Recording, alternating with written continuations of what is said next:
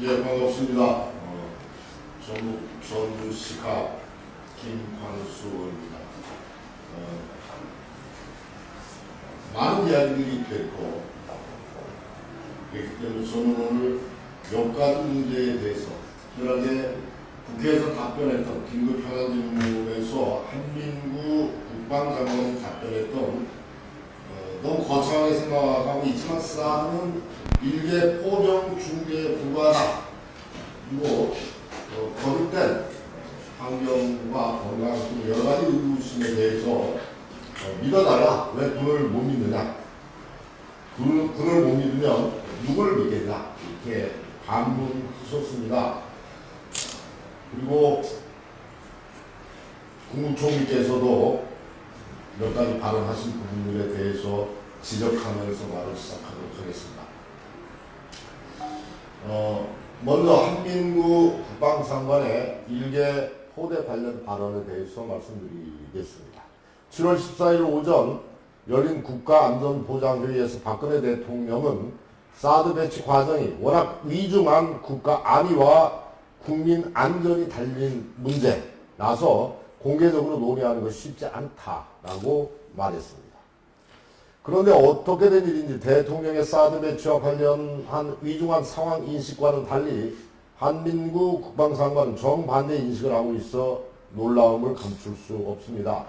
한민구 국방장관은 7월 12일 예산결산특별위원회에 출석해서 주한미군 사드 배치에 대해서 너무 거창하게 생각하고 있지만 사드는 일개 포병 중대에 불과하다라고 밝혔습니다. 또한 온 세상이 발칵 뒤집혔는데도 일개 포대라고 말할 수 있느냐라고 하는 지적에 대해서도 한민구 장관은 사드는 단순히 사드일 뿐인데 주변국에서 과도한 전략적 의미를 부여해서 문제를 키우고 있다라고 답변했습니다.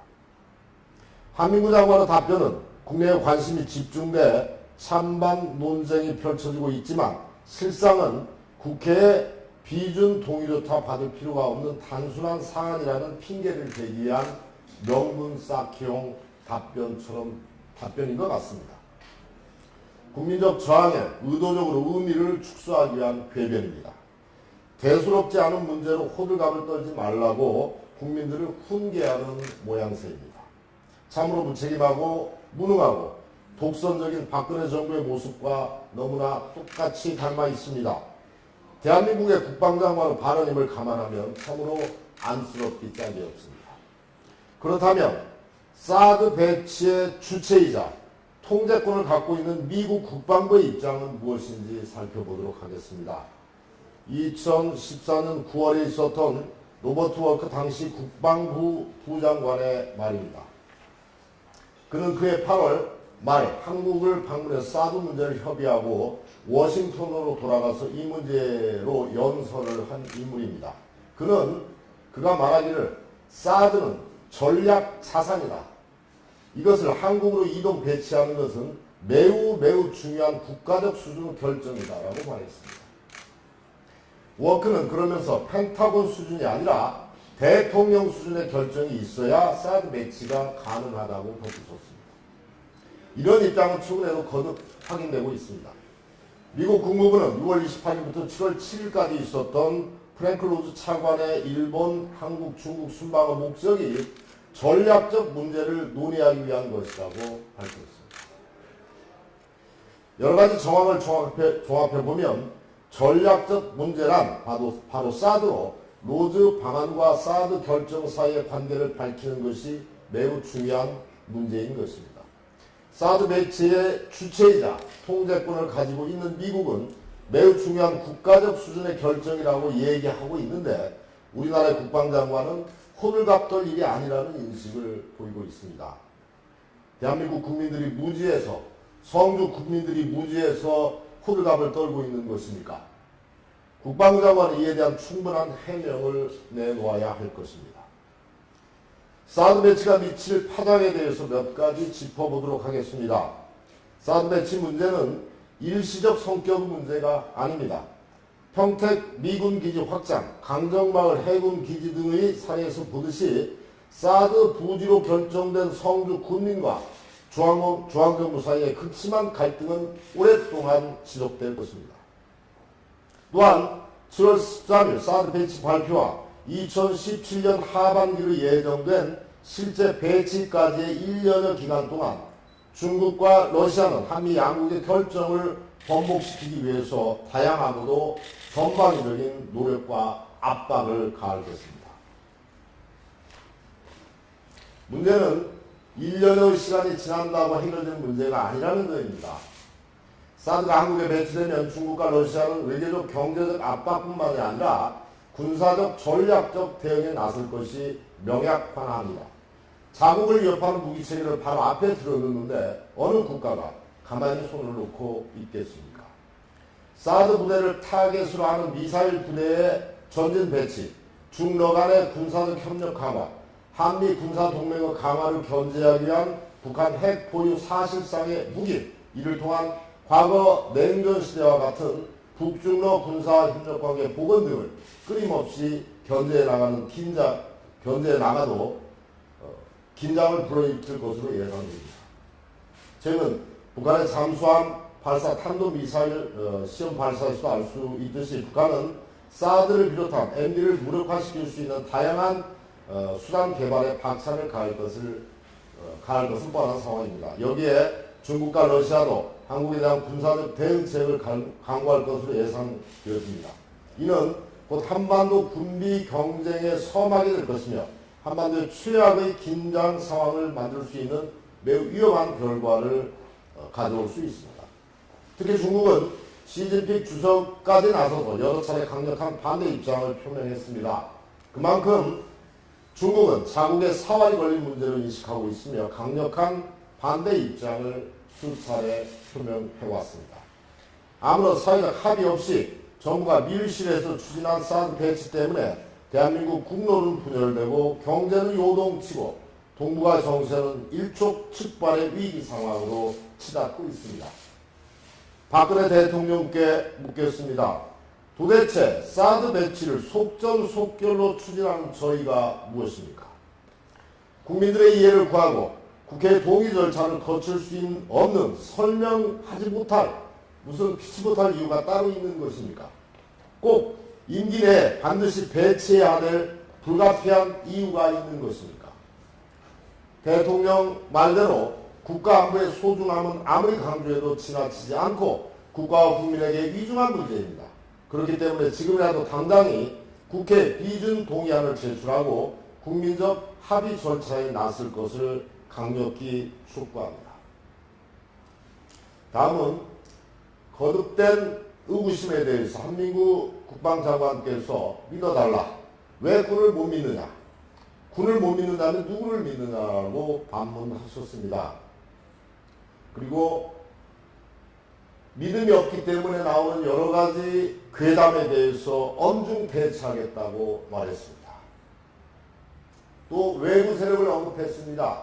외부 세력에 의해서 괴담이 퍼지고 있다고 말했습니다. 사드의 외부 세력이 어디에 있습니까? 국가적인 존망의 문제이고 국회가 외부 세력입니까? 이렇게 성주 국민을 고립시키고자 하는 의도는 어디에 있습니까?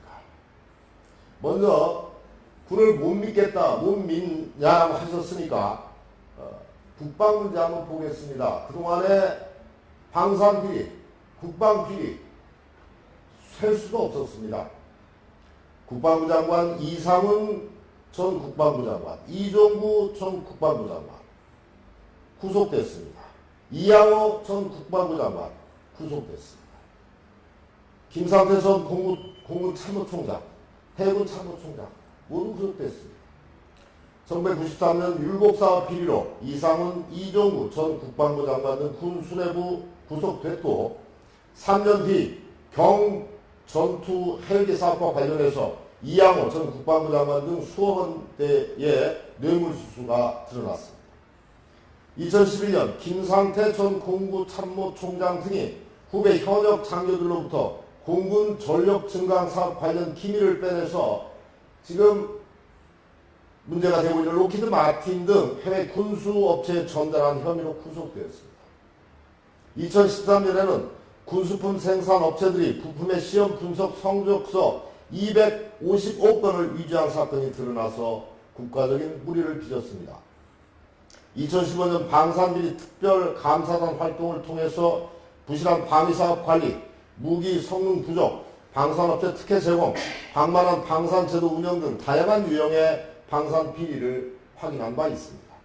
내용을 살펴보면 방위사업청은 한 업체가 방산 원가를 부풀려서 790억 원을 과다 신청했는데 이에 대한 검토를 태만히 해서 그대로 인정해서 지급한 적도 있습니다. 한 용역 담당 계약 직원은 천안과 공무에서 외주 용어업체를 설립한 후 용역비 118억 원을 과다 지급하고 20억 원을 리베이트로 받아서 사적으로 사용한 등의 문제가 감사원에 적발된 바가 있습니다. 소해 장비 등을 구매하면서 납품받은 물품의 실제 가격보다 더 많은 대금을 지급하고 보증서, 징구 등 채권 확보 조치도 하지 않아서 680억 원의 회수 불가능, 680억 원이 회수 불가능한 상황으로 만든 바도 있습니다. 방사청의 전자전 훈련 장비 사업 관리가 부실한 틈을 타서 제하도급 업체는 국내 개발 대상 장비를 국외 구매, 납품하는 등의 방식으로 부당이익 180억 원을 취득했습니다. 아울러 성능 기준을 충족하지 못하는 기회 제거 장비를 고가에 구매하고 수리해서 동력 전달 장치 국산화에 실패한 업체에도 방사청은 정부 추정금 156억 원을 미완수했습니다. 방사청은 예산 절감 노력 없이 방산제도를 방만하게 운영하면서 경쟁 기능 품목을 방산 물자로 지정해서 3,183억 원을 낭비하고 방산설비 보상 비용도 2,175억 원 과다 보상했습니다. 특별비리감시단은 통영함, 소해함 납품 비리에서 선체 고정 음탐기를 도입하면서 시험평가서를 허위로 작성한 전 해군 참모총장 등 15명을 구속 기소한 바 있습니다. 전투기 정비업체에서 교체하지 않는 부품을 교체한 것으로 기망해서 정비대금 245억 원을 편취한 예비역 공군 중장 6명, 전자전 훈련원 지원 장비를 국내 개발하지 않은 채 사업비 180억 원을 편취한 공군 중령 10명도 구속 기소했습니다. 또 특전사 방탄복 시험평가 결과를 조작한 현역 육군 대령 6명 구속 기소됐습니다. 아울러 차세대 잠수함의 성능을 기존과 다르게 평가하고 성능이 검증되지 않는 잠수함을 인수한 해군 중령 5명 구속 기소됐습니다. 이외에도 계약 조건을 충족할 수 없는 것을 알면서도 허위 서류를 작성해서 계약 및 납품을 진행한 육군 중령 등 2명 구속 기소됐습니다.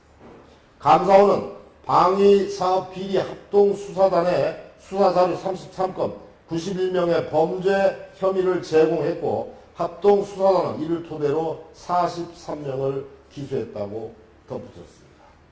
수도 없습니다. 복마전입니다. 그럼에도 국방부를 믿어달라, 군인을 믿어달라. 국민이 믿습니까? 무기 왜 이런 일이 발생하는지 우리나라의 무기 구매 현황을 좀 말씀드려볼까 합니다.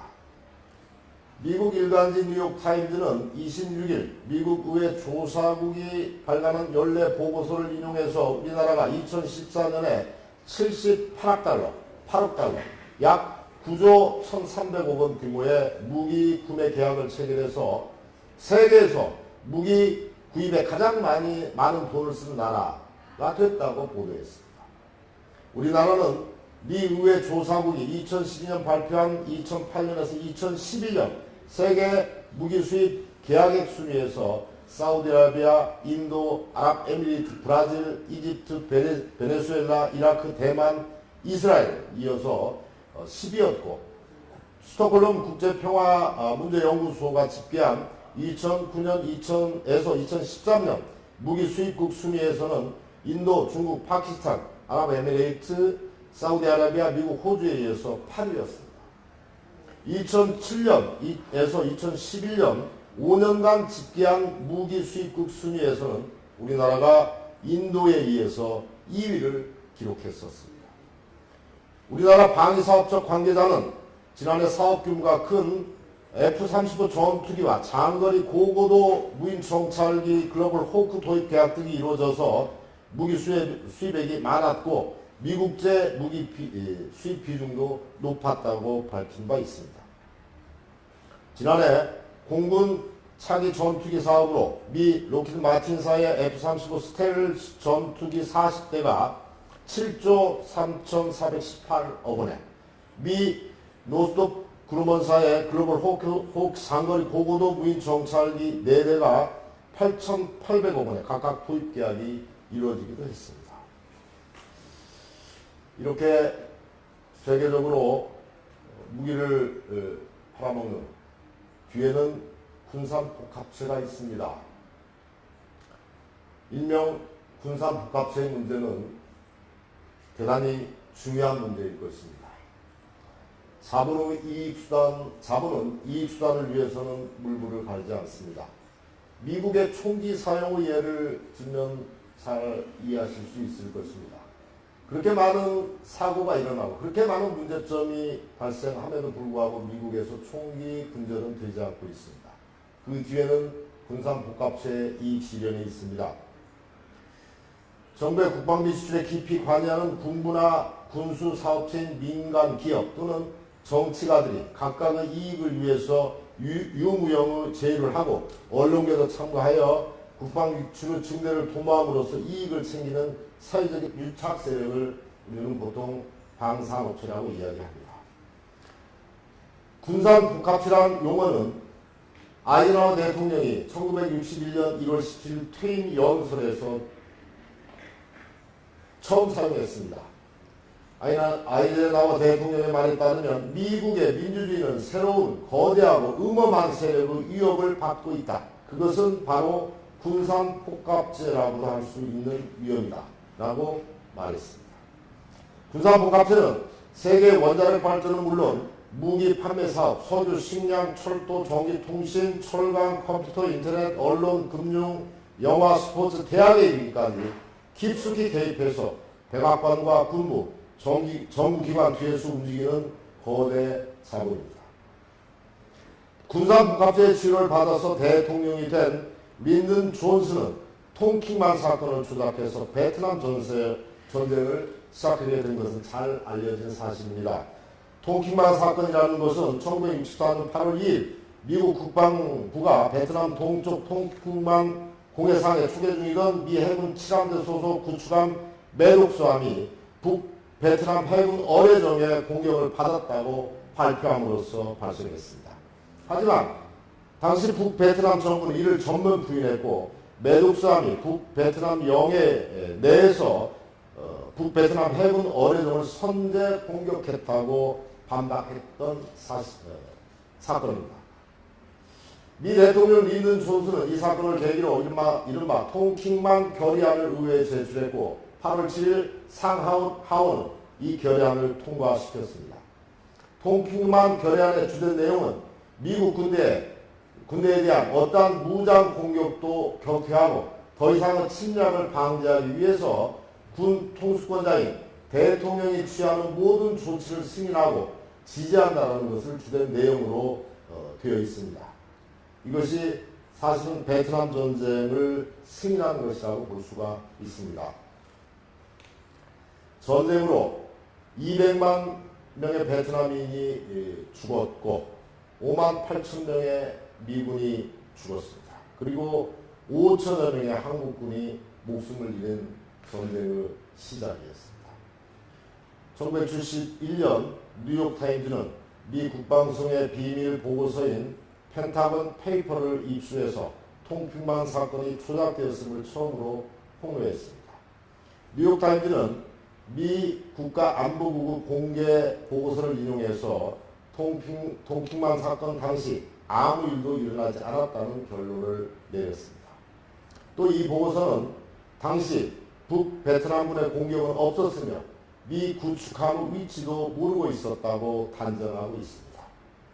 통킹만 사건은 한마디로 베트남 전쟁 개입 명분을 만들기 위한 미국 정부의 조작이었다는 사실이 밝혀진 것이라고 볼 수 있습니다.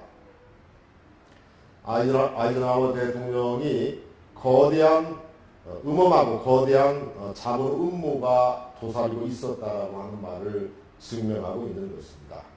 나중에 비공식적인 자리에서 통킹만 사건에 대한 질문을 받은 존슨 대통령은 미국이 거기서 고래의 총기를 하고 있었다고 한들 뭐가 다를 게 있겠습니까? 라고 반문한 적이 있습니다.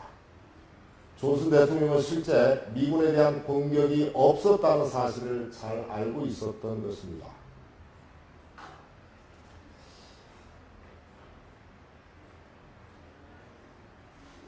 군산복합체에 의해서 1960년대 소위 메카시 선풍을 일으켰던 것을 우리는 잘 기억하고 있습니다. 선과 악의 분열법에 의해서 많은 젊은이들이 공산주의를 증오하게 했고 생명을 저당 잡히고 결국 군수산업만 호황을 누린 적이 있습니다. 거대 자본가들이 권력을 만들어내고 권력자는 그들의 이익을 위해서 종종 전쟁을 일으키곤 했습니다. 제2차 세계대전 이후 200회가 넘게 세계 곳곳에서 이념, 민족, 종교 분쟁의 성격을 띤 국지전이 일어났고 폐기 처분될 위기에 처한 재래식 무기들이 소모되고 있습니다. 그리고 그런 국지전에서는 또 새로운 신무기들의 전시장이 되고 있습니다. 한 군산 복합체의 이익 실현에 앞장서온 어느 전쟁 광의 고백입니다. 당연히 평범한 사람들은 전쟁을 원치 않는다. 러시아인이든 영국인이든 미국인이든 독일인이든 마찬가지다. 누구나 이해할 수 있는 뻔한 진리이다. 그러나 궁극적으로 한 나라의 정책을 결정하는 것은 지도자들이고 보통 사람들은 지도자들이 결정하면 전쟁에 끌려갈 수밖에 없다. 민주주의 제도를 갖춘 나라든 파시스트 독재 국가든지 또는 의회 제도 국가든 공산주의 국가든 이 점은 모두 똑같다. 민초들이 목소리를 낼 수 있는 상황이든지 아니든지 간에 그들은 지도자들이 불러내면 언제나 불려나오게 되어 있다. 국민을 전쟁에 불러내기는 아주 쉽다. 우리가 적에게 공격당하고 있다고 주장하고 평화를 주장하는 사람들에게 애국심이 없다, 안보의식이 없다 라고 격렬하게 비난하기만 하면 되는 것이다. 어느 나라에서나 이렇게만 하면 된다. 존슨 대통령이 베트남전을 시작하고 확대했고 록펠러의 도움을 받아서 대통령이 된 닉슨 또한 북베트남을 공격했습니다. 당연히 그들이 무기를 팔기 위한 확전이었습니다. 한 가지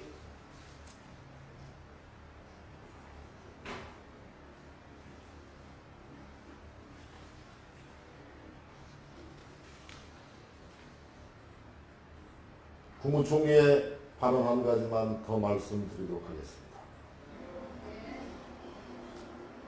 국무총리께서는 그렇게 말씀하셨습니다. 한중 관계는 각종 협약 등에 의해서 이미 고도화되어 있어서 경제 보복 조치를 취하기 어려운 구조로 되어 있다. 이런 취지로 답변하셨습니다. 국무총리의 상황인식이 너무나 아니합니다. 내로만 국제관계 속에서 주관적인 바람에 불과할 것입니다. 중국과 러시아는 이미 군사적 보복에 대해서 여러 번 언급을 했습니다. 경제적 보복도 마찬가지입니다. 중국에서는 한반도의 사드 배치의 전략적인 균형을 맞추기 위한 군사적인 조치를 취하겠다고 밝혔습니다. 이 말은 한반도에 사드가 배치된다면 중국에서도 군사적인 대응도 가능하다는 것으로 해석된 것입니다. 러시아의 경우 한반도 사드 배치와 관련해서는 중국보다 훨씬 더 단호합니다. 군사적인 대응을 하겠다고 구체적인 내용을 언급했습니다. 실제로 러시아는 한국에 배치되는 사드 기지까지 도달이 가능한 미사일 기지를 극동 지역에 비치하겠다고 이야기하고 있습니다. 또한 중국 황구 15는 7월 8일 사설에서도 사드 보복에 한국의 5대 조치를 건의했습니다. 내용은 이렇습니다. 우리는 중국이 아래와 같은 대응 조치를 할 것을 건의한다. 첫째, 사드 배치를 허용한 한국 행정부문, 사드 배치와 관련 있는 한국 기업과 서비스 기구를 제재하고 중국은 이들과 다시는 경제적 교류와 기타 왕래를 하지 말아야 한다. 그리고 이들이 중국 시장에 진입하는 것도 허용해서는 안 된다. 둘째, 사드 배치를 적극적으로 주장한 한국 정계 인사를 제재하고 이들의 중국 입국, 이들의 가족의 기업을 제재해야 한다. 셋째, 인민해방군은 사드에 우리의 전략적 안보의 손해를 대대적으로 낮출 수 있는 대응 방안을 강구하고 연구해야 한다. 여기에는 최소 사드의 기술, 회방 및 전략적 미사일 조준 등이 포함되어야 한다. 넷째, 중국과 러시아가 연합해서 한미 사드 배치로 생길 모든 영향에 대한 가능성을 연구 토론해야 한다. 14일 사설에서 성주군의 상품은 중국 시장에 환영받아서는 안 된다. 중국 관련 부처가 성주군에 대해서 교류 중단 등 제재 조치를 강구해야 한다고 강조했습니다. 사드 반발로 중국의 경제 보복 가능성은 아주 높은 상황입니다. 지난 12일 현대경제연구원이 발표한 중국의 대한국 보호무역 현황과 시사점 보고에 따르면 한국의 총 수출에서 중국이 차지하는 비중은 2000년 10.7%에서 2015년 26%로 15년 만에 2배 이상 늘었습니다. 지난해 한국 대중국 수출 규모는 1371억 달러로 미국 698억 달러와 일본 225억 달러를 합한 것보다도 훨씬 많습니다. 중국에 대한 무역 흑자는 468억 달러로 전체 흑자의 40%가 넘습니다. 특히 중국은 분쟁을 겪은 국가에 대해서 예외 없이 강력한 경제 보복을 가했습니다. 2000년 한국이 중국산 마늘에 대한 세이프가드 조치를 취하자 한국산 폴리에틸렌 휴대폰 수입 중단으로 응수했습니다. 또한 일본, 필리핀, 베트남과의 영토 분쟁 때는 특정 품목에 대한 수출, 수입 중단, 특별 관세 부과, 상대국 관광 제한, 상대국 기업의 중국 기업 내 입찰 중지 등의 보복 조치를 내린 바가 있습니다. 이런 가운데 루캉 중국 외교부 대변인은 지난 13일 정례 브리핑에서 한미 양국의 사드 배치에 대해서 자국의 합리적 이익을 위해 단호하게 필요한 조치를 취할 것이라면서 사드 배치 프로세스를 즉각 중단할 것을 촉구한다고 밝힌 바가 있습니다. 이어서 사드 배치는 이 지역의 전략적 균형을 심각하게 파괴하고 중국을 포함한 이 지역 국가들의 전략적 이익을 심각하게 훼손한다며 우리는 이미 사드 배치에 단호하게 반대하는 입장을 표명했다고 거듭 강조했습니다. 앞서 사드 도입 논의 당시부터 시진핑 주석 등 중국 최고 지도부가 공개적으로 반대 입장을 천명해온 만큼 중국이 실제적 조치 없이 말로만 넘어갈 것이라고 하는 안이한 관측은 정말 한심합니다. 당장 중국 관영 매체들이 경제 보복 군물대기에 나섰습니다.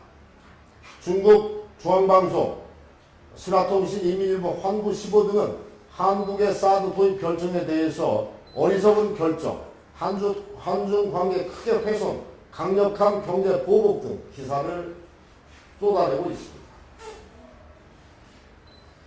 이름에도 불구하고 이미 한중 관계는 상당히 고도화되어서 별 일이 없을 것이다라고 하는 충분히 아니라는 인식 너무나 한심합니다.